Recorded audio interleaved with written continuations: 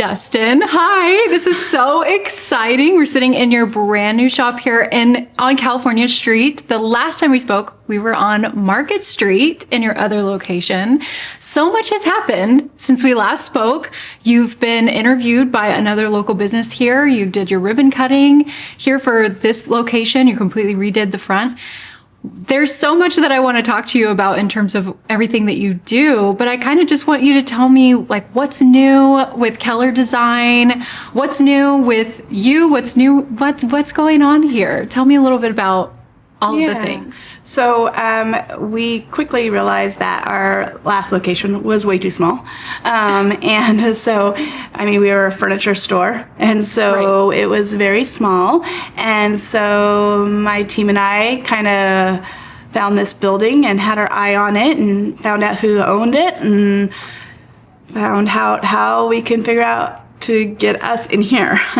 And so this space has high ceilings, which is great. I can bring in light fixtures, which I love helping people pick light fixtures, but it was really hard to showcase light fixtures. So this place has all the space for that. The light in here is amazing. We can have more space to actually have plants that we could sell. So we now sell our plants. And I know that's very nice because a lot of people ask to buy them. A lot of people love your plants. Yes, and it is still very hard to sell them. I put a lot of love and care into my plants. So, and then now we can also carry a custom line of furniture. Our last location, I just couldn't carry enough of the frames. Right. And then I couldn't display the fabrics that they can choose from. So it was just really hard in that last location.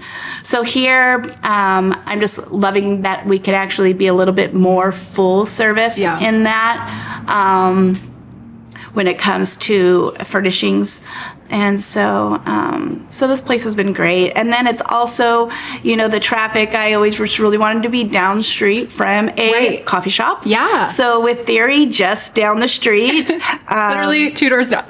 2 doors down. I always thought, when I thought of having a place like this, I always wanted it to be called like not called, but I wanted it to be, and in my mind, the word that always came was like a living store. Like you can grab your coffee, you can come here, you can sit on a piece of furniture, sit on a chair, and just experience it. Yeah. And so that's why it was very important to me that there was a coffee shop, that people could feel like it could just be an extension of them and their experience.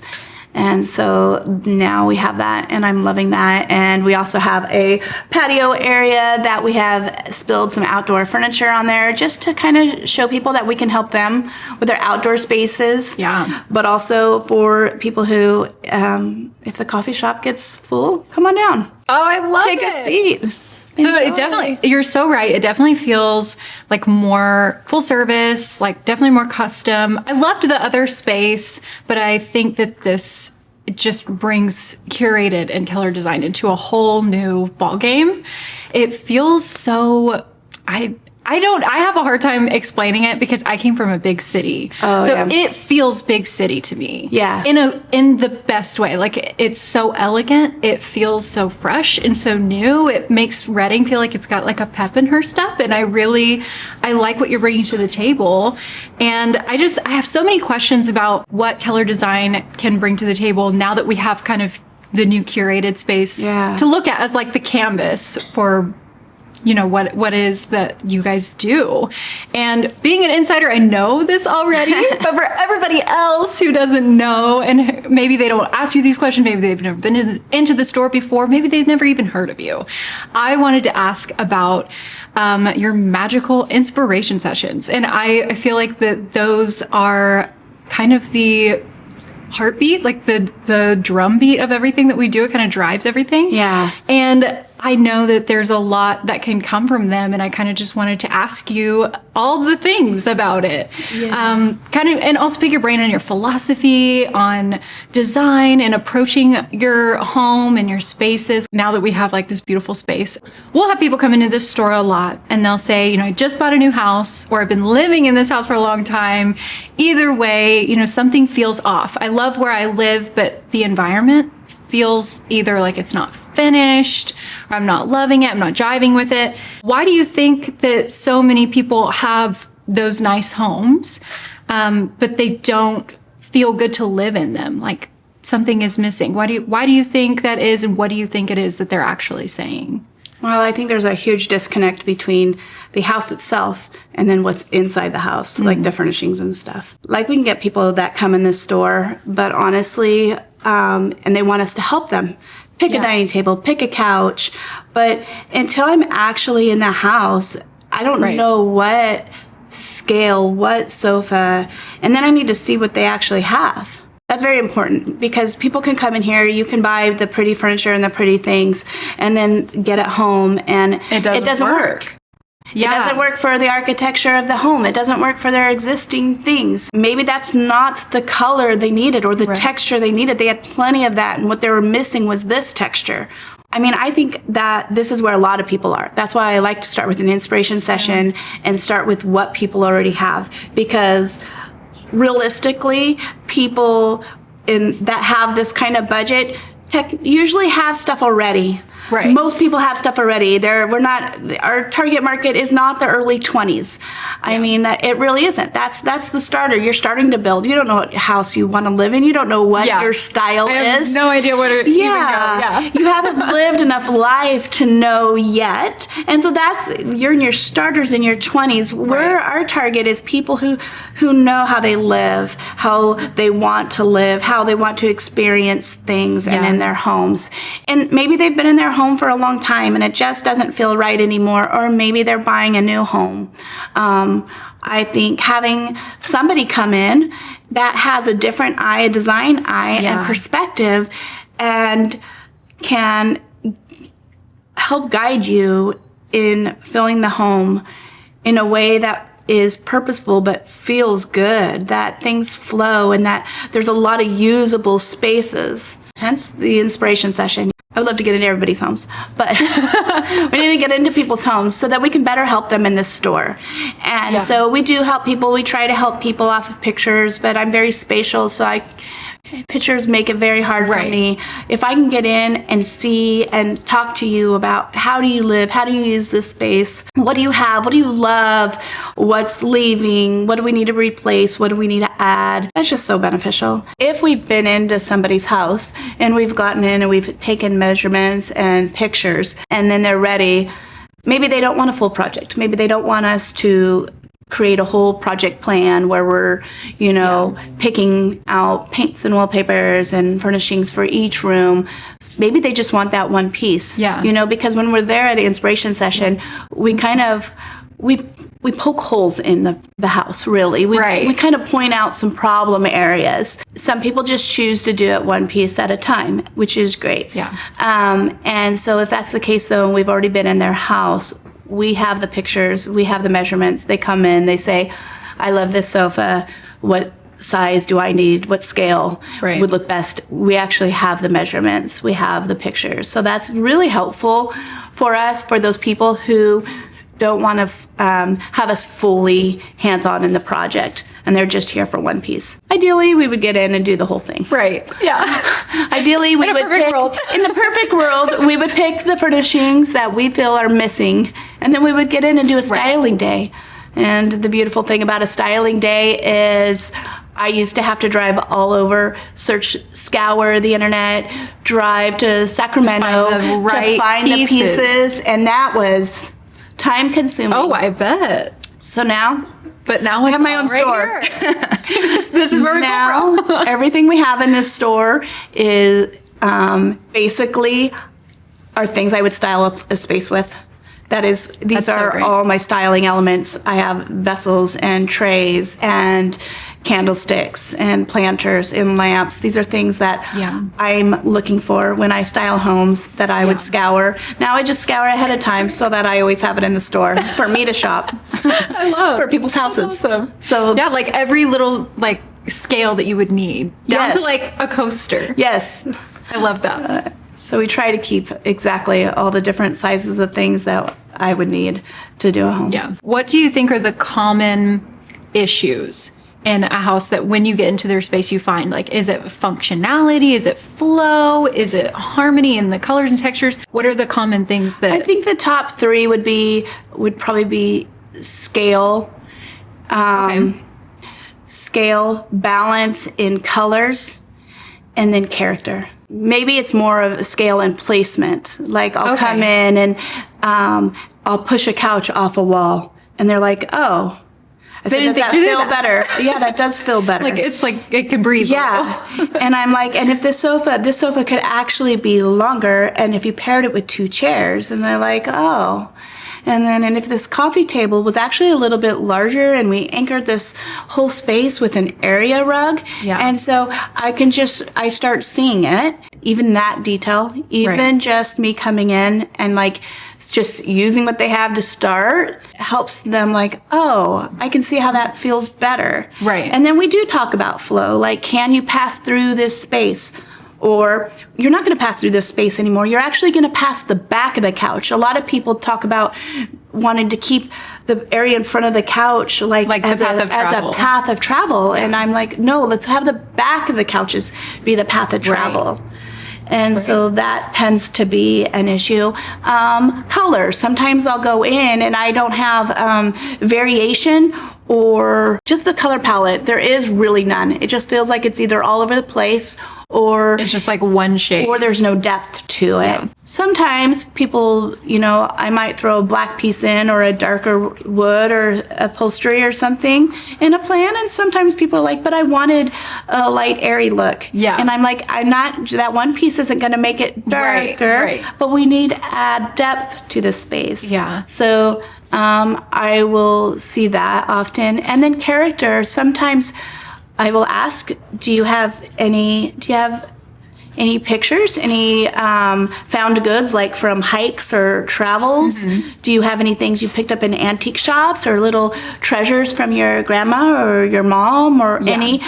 A lot of people don't have treasures, and like that's what gives a space a story and like makes it feel more home is like pieces of your story. I am kind of shocked sometimes that people don't have story things. Like they've just Why do you think that is? Because I've also noticed that as well.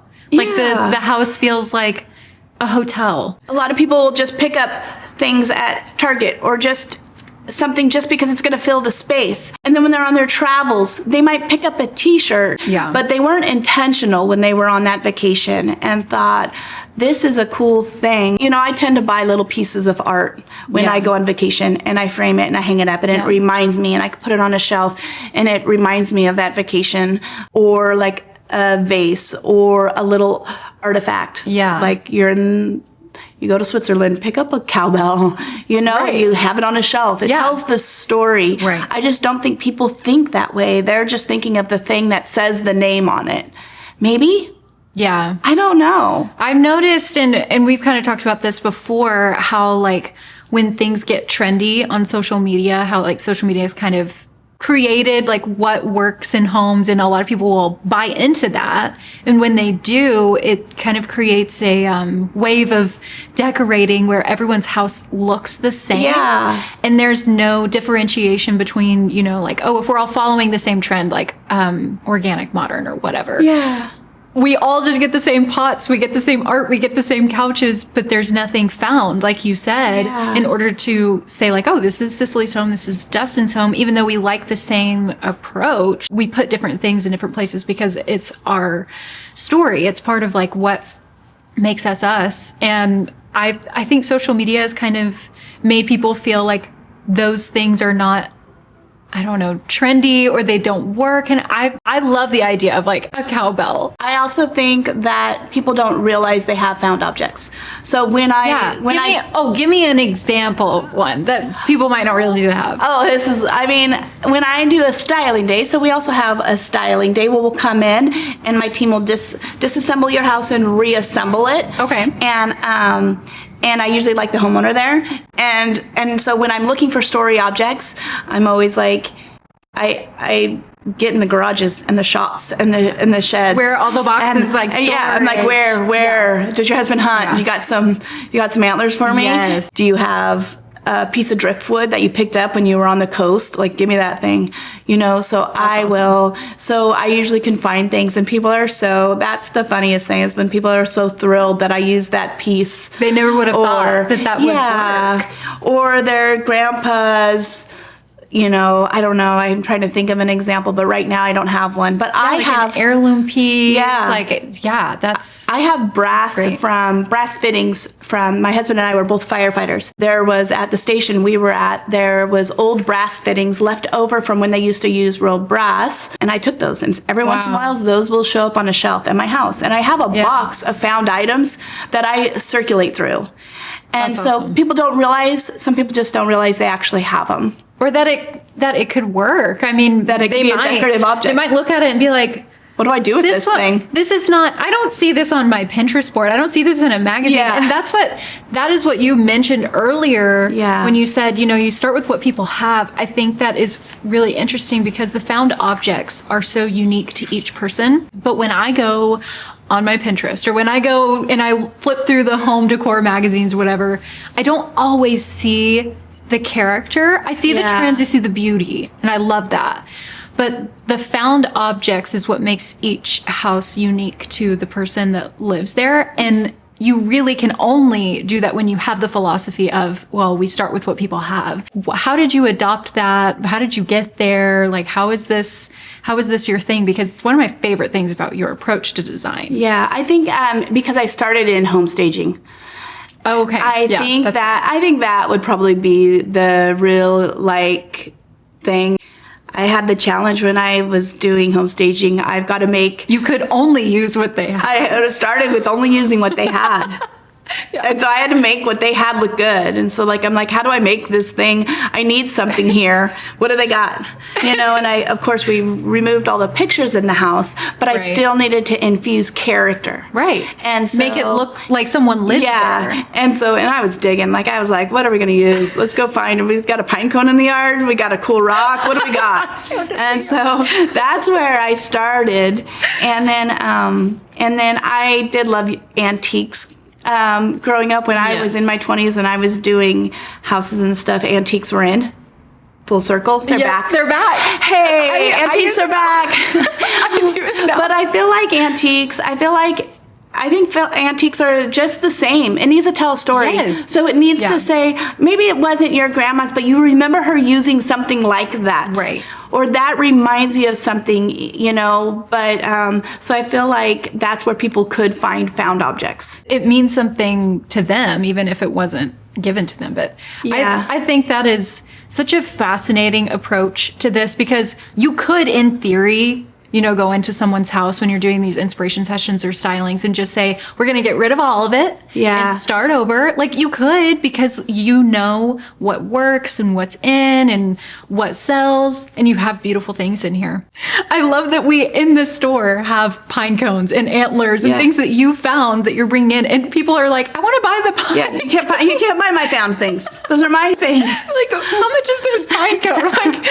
We got it in the backyard at someone's house. Just go outside. You can get your own. You can't have my twig. That's my twig. But you can tell that this philosophy that you've adopted and the clientele you've curated and the people that really admire your approach, they're drawn to the things that you found, and it kind of encourages them to go and find their own. Yeah.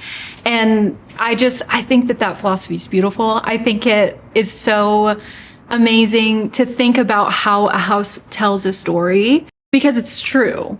My grandma owns an Airbnb, and she has all of her found objects and pictures and stuff in her Airbnb because her Airbnb is her house. And so when people come in and they stay, she gets great reviews because the people get to learn who she is without ever meeting her. Oh, yeah. And I thought, I've always thought that that's how homes are supposed to be. It's like a little peek into that person before you even exchange a word. Yeah. And I love that that's what you do for other people. When people do get to this point, they come in the store and they just want your help. And they're like, I think I need a new couch, or I think I need a new lamp or a new plant, or this corner needs something.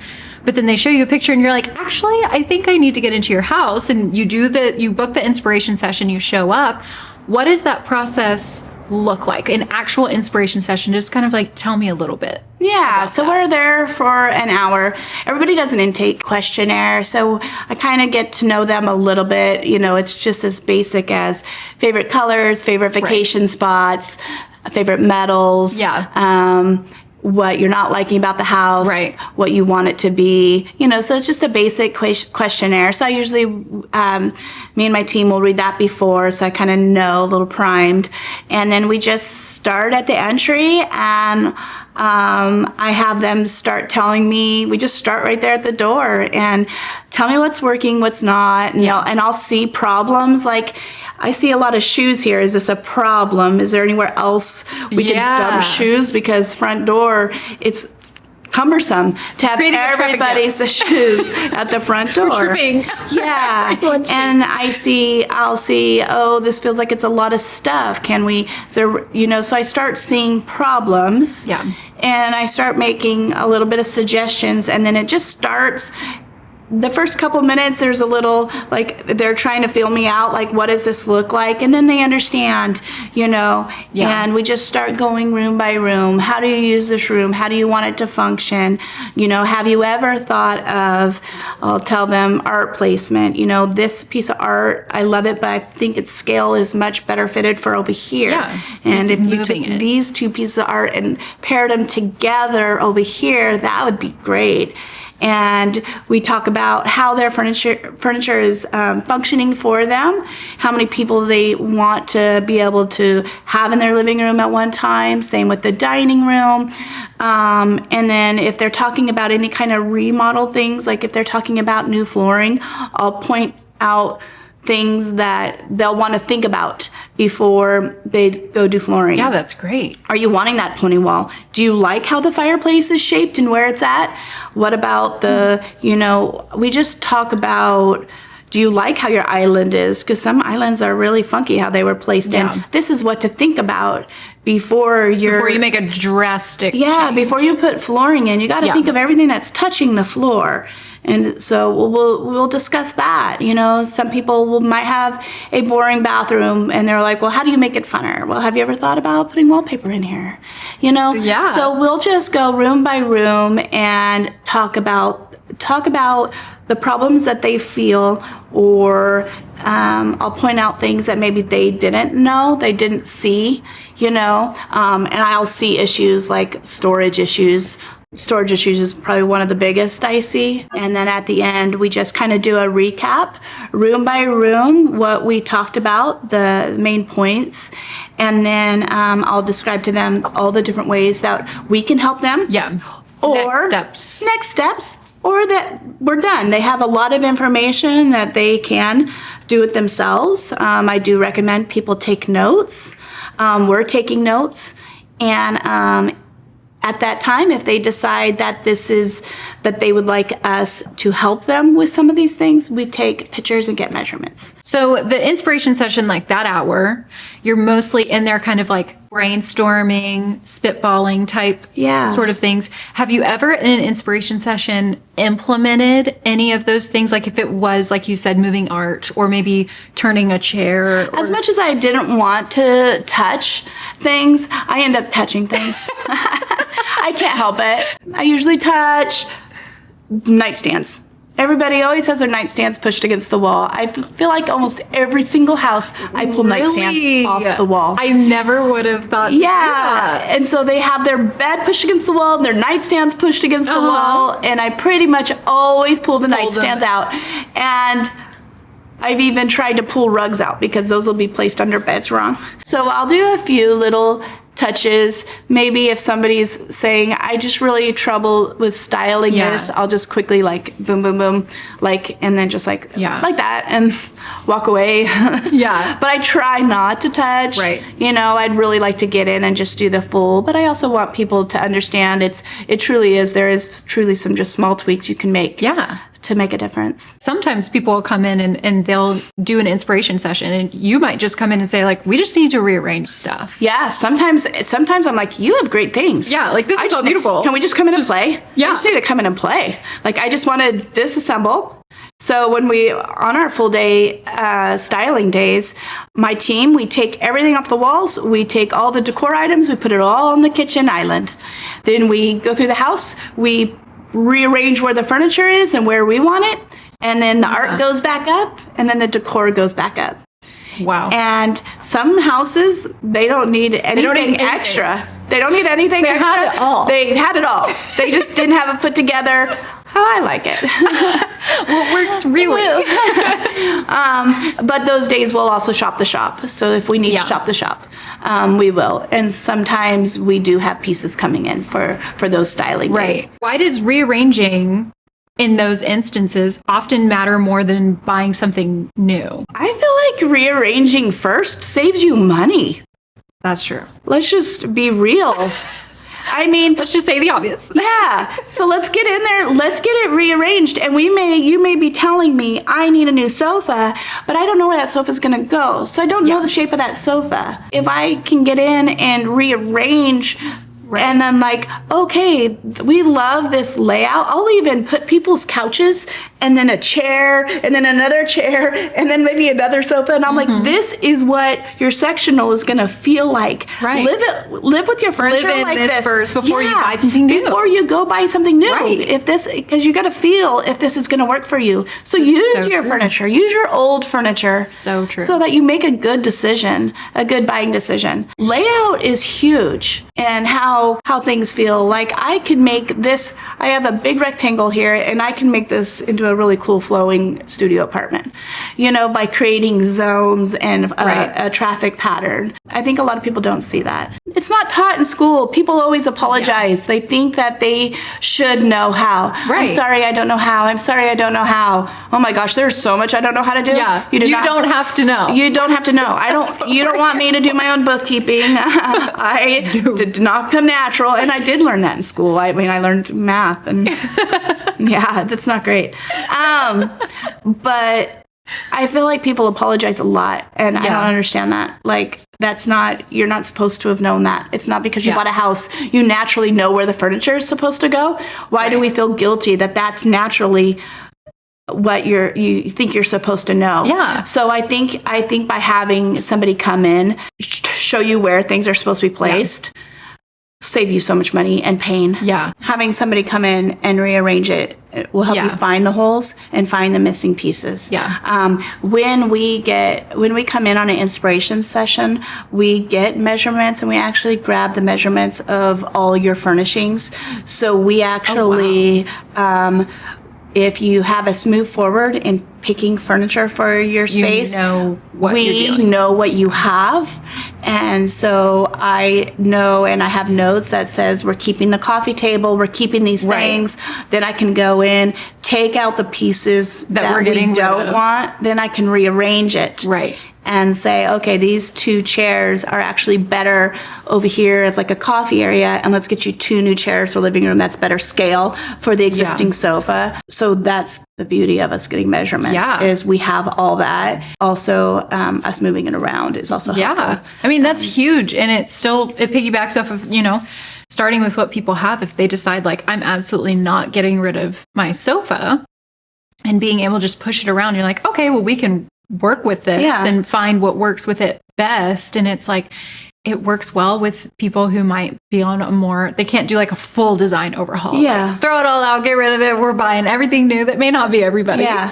I think that may not be everybody. There are some people out there that can do that, and we love that for them. But a lot of people they can't. And I have seen what you can do with what people already have. And it's crazy. Even just like you said, just pulling the sofa from the wall changes everything for a lot of people. I mean, it's it completely creates a different space, just doing little minimal things that like you said, a lot of people don't know that they can do. I like a fresh space, so I'm always freshening my house. I'm I don't know how often I do it, probably twice a year. I do this process to my own home.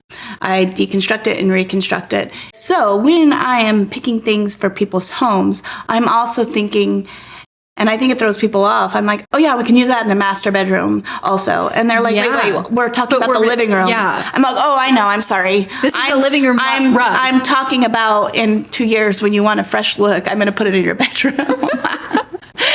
But it gets longevity out of that same piece. And so I think that for the chairs too. I want the chairs that I have in here will look good in your living room. And I say that to people all the time.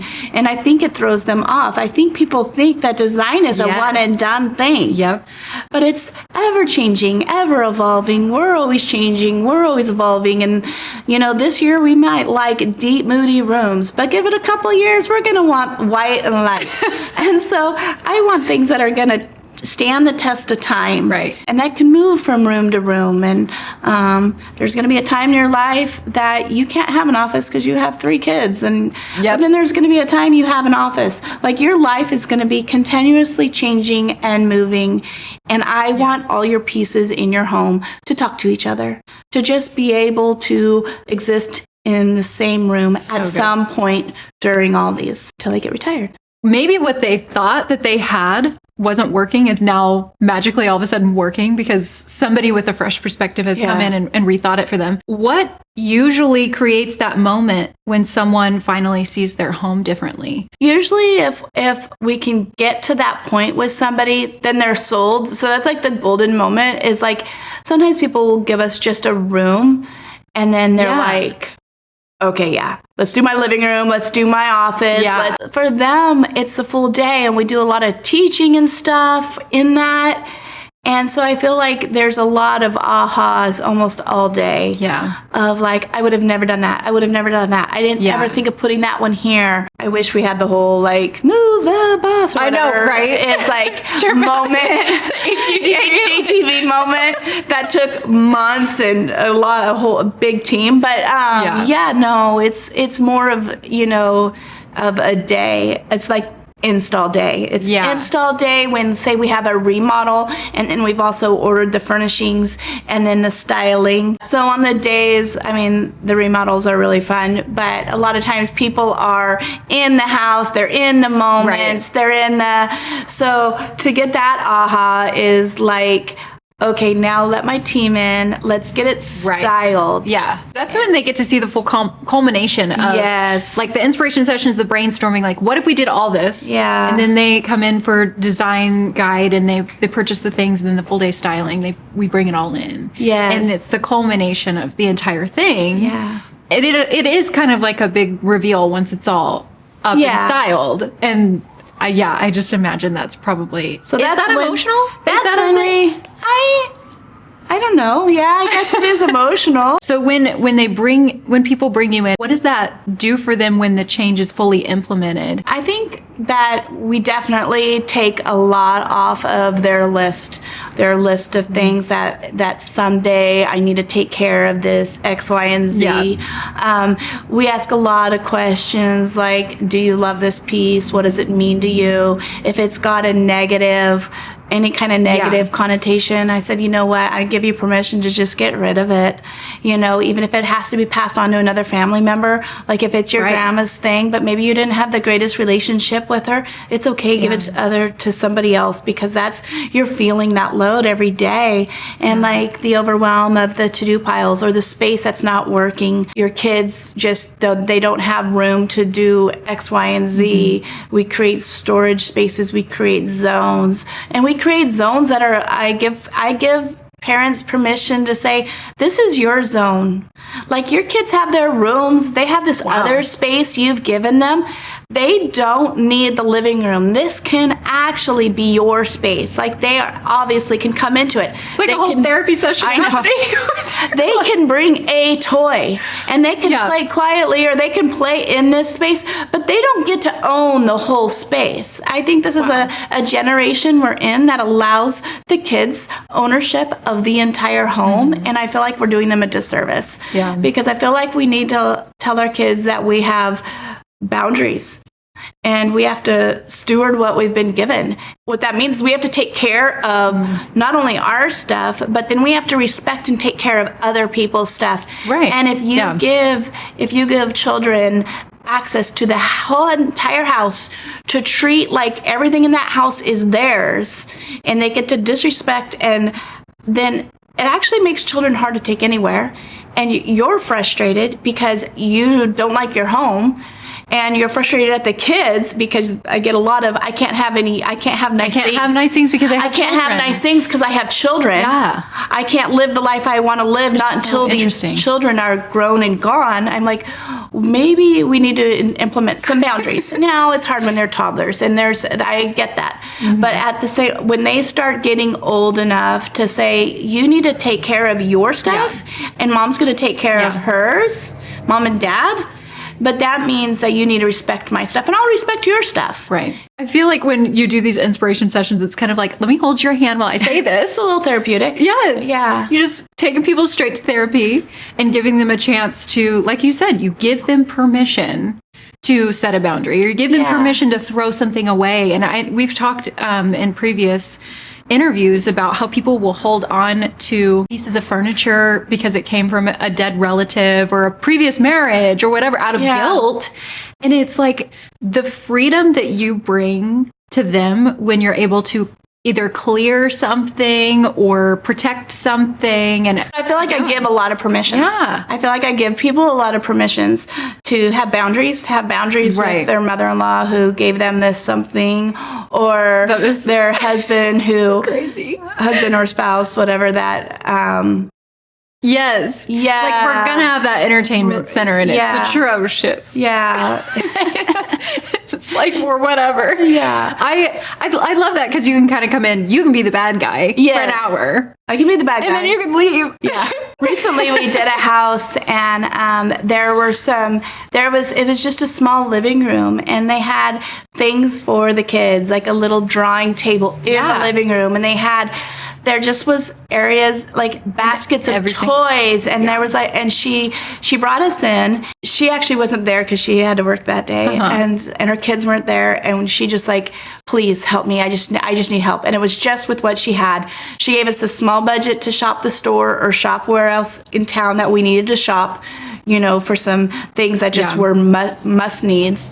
I had to kid zone that living room. The house was not big enough. Every child had their own room. It was a small house. Every child had a big enough room. I was sensitive and trying to make it work, but I'm like, this is not okay. Yeah. And I had to de-zone the living room and the dining room and put that little craft table in the kids' room, and create areas, and removed furniture and everything. And when the kids came home that day, the mom was like, the kids were just in shock. They couldn't believe that was their house. They absolutely loved it. Wow. It was almost like the kids maybe were craving maybe a little bit of boundaries, a little bit of structure. Yeah. Wow. Because I'm like, you would think it would be the reverse. Yeah. And I told her, I'm sorry, but the kids' toys can be in their room, and they can bring them out in tubs but they need to put it back in their room. It can't, if they have so many toys that it's overflowing out of the room, we have another problem here. And when I was raising my kids, I had one room was toys. Yep. And then they slept in the other room, and I put all three kids at some point in the same room. This is the sleeping room, and then this is the playroom. Yeah. We get so much excess in toys and kids stuff that it's spilling out into the rest of the house. Yeah. That's a different problem. That's a different problem. It's a belief. Maybe the issue isn't that I need all new furniture. Yeah. Maybe I need to reevaluate my priorities. Yeah. And think about, what is the environment that I want to create in here, and how are my priorities not aligning with that? I think sometimes people, like I'll get asked often, like, I need more storage. And then when I go to their house, I'm like, you need less things. Wow. So that comes to decor too. Some people their house will be overwhelming them. And they don't feel rested. They don't feel elevated. They don't have a place they can breathe. They're not inspired. Yeah. They can't breathe. So then they go buy. They go try to fix it. Yeah, they buy more stuff, and then they bring the stuff in, and the stuff doesn't work. And so a lot of times, I'm in homes and I'm asking, why did you buy this? Well, I don't know. What about this? Does this have a story? No. And I'm like, what about this? Nothing. And I'm like, I'm filling up boxes with TJ Maxx stickers on them because people will just go do a haul at Home Goods or TJ Maxx without a rhyme or reason. That can make us anxious. So sometimes it's an edit. Yeah. We need to get things out of here. Wow. And so sometimes it's more of that kind of a situation. And I'll have people ask me to bring stuff. When you come in style, will you bring stuff from your shop? And I'm like, actually, I have so much to choose from at your house. We have plenty. We have plenty. Can you leave me some boxes in the garage? I love that. Yeah. And when you typically like remove or when you do any of your, edits to spaces, like especially as an environment that's making somebody anxious for whatever reason, what are the conversations like once that takes place when you actually implement the change? I think it's just going back to giving them permission, and they just feel like, oh, somebody gave me permission. I love that. I bet that's so freeing. Like I have this authority. Like, that's like, I have to do it. It's my house, and I can change. Yeah. I can get rid of this in the house I pay my bills for. But I gave them permission. It's not my house, not my stuff, but I gave them permission. That is so like crazy. It's okay. Yeah. And I think maybe there's a guilt because they bought it, but someone else is gonna find it and love it. Yeah. Just donate it. I've had instances where I felt like my space did not reflect what I needed or what I was looking for, what I was craving from my environment. And changing things, whether it was a paint color or curtains or just everything, overhaul or organizing or getting rid of stuff, giving myself permission to get rid of things. How do you do that? And what does that look like for your clients to be able to create an environment for them that is like theirs? I feel like a lot of people's homes are just a reminder of maybe it's a little peek sometimes into our inner self. Yeah. They used to say, that the insides of our cars are a picture of what is kind of going on inside of us. Like a reflection of like what's going on. Yeah. I'm sorry. I saw Cassidy's eyes go, that the insides of our cars are the inside. So like it's a judge somebody by the inside of their car. Like if you're going to date a guy, just take a peek at the inside of his car. You're so right. Like how this is what is going on. Yeah. Do you like this? Do you want to be with it? Yeah. And so, and good, bad, indifferent, it doesn't matter. It's just a physical representation. Yes. Yeah. And so I think the car, that's small in the sense, but our homes, our car is just stuff, but our homes have furniture. It's an entire environment. Yeah, so having somebody come in and create a base for you that everything just flows and feels good might encourage you to keep it up to a place you actually want to come home to. Yeah. I always think about, and I do talk to people about how to keep it looking like this. We do go over that too.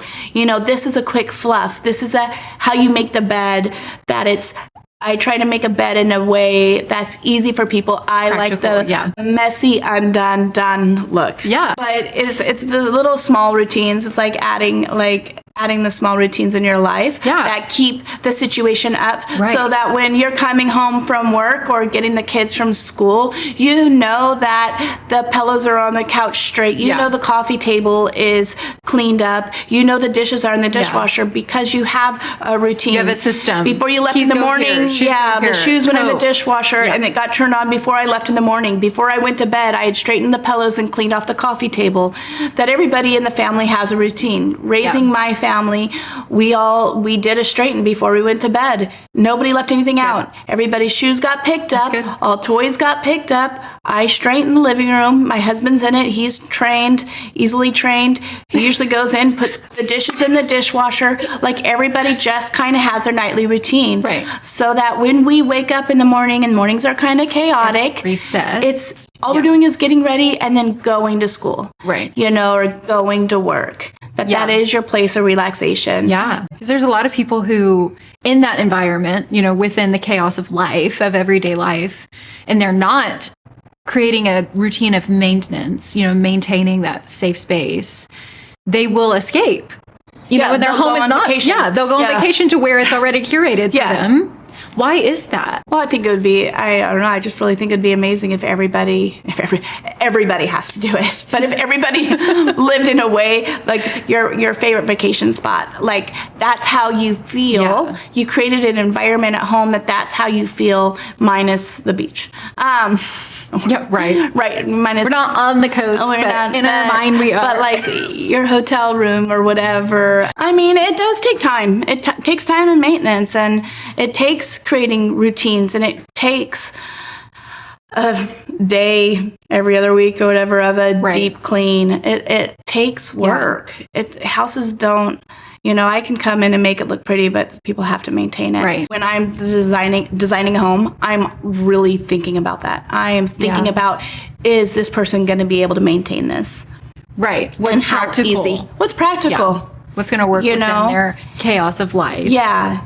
And there's a lot of Instagram pictures or whatnot that I see. I'm like, that looks beautiful, but it's not practical. I was just Who's maintaining that? Like, I think that's honestly one of the reasons why we've kind of lost the practicality of design, which is what I love what you do, is like social media has just made people, like, we've gotten stuck in like the whole copy paste thing. We get onto Pinterest and we're like, oh, that's beautiful, that works. And then we go and we bring it into our space. We can't maintain it. It doesn't work with what, you know, is going on in our life. And then it creates, you know, a whole other layer of stress. Yeah. Because it's like, I can't keep it clean, or it doesn't flow in my space. I don't know why I got it other than someone else online that I was watching. It worked for them.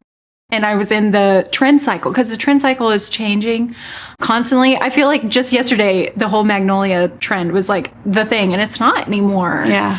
And it is changing so fast. And if people are constantly living their lives and trying to curate a space that works for someone else, because they don't really know what works for them, like there's no way for somebody to really create a safe space that works for them in all of the practical ways and all of the emotional ways if they don't do that. An example of something that I kind of get all the time, not all the time, I just kind of get is I'll go into people's houses and they want change. They want something to be more open. They want it to be more updated. They want this elevated look. Yeah. And I look at what they have and I build them like this. These are some key pieces that I would bring in that would finish this story, that would finish and take it. Yeah. But we gotta get rid of things, and I'm hearing you. And then they'll come back. I've had them come back and say, you don't get me. You don't get my style. Really? You don't. And I'm like, no, I actually really did get it. And you're getting in your own way. Like, wow. And so I do feel like that does happen. Now, I'm not saying I'm right. I'm just saying I came in and I heard the problems. Yeah. And I was trying to give them ways that we can fix these problems, but then they kind of back up and they get in their own way. Do you think that it's sometimes like emotional attachment to things? Yeah. And that seems to be older people. And they were like, well, I like my thing there. And you didn't, maybe you didn't get me here. And it's like, no, I got you. And I want to elevate the things that you have that you like, but I want to get rid of those things that you even told me aren't serving you. Yeah, right. Sometimes it takes a little bit of warming up. Yeah, it takes a lot of vulnerability for the people that are allowing you in their space, because just like with the car, you're seeing them. I'm seeing all of them. Yeah.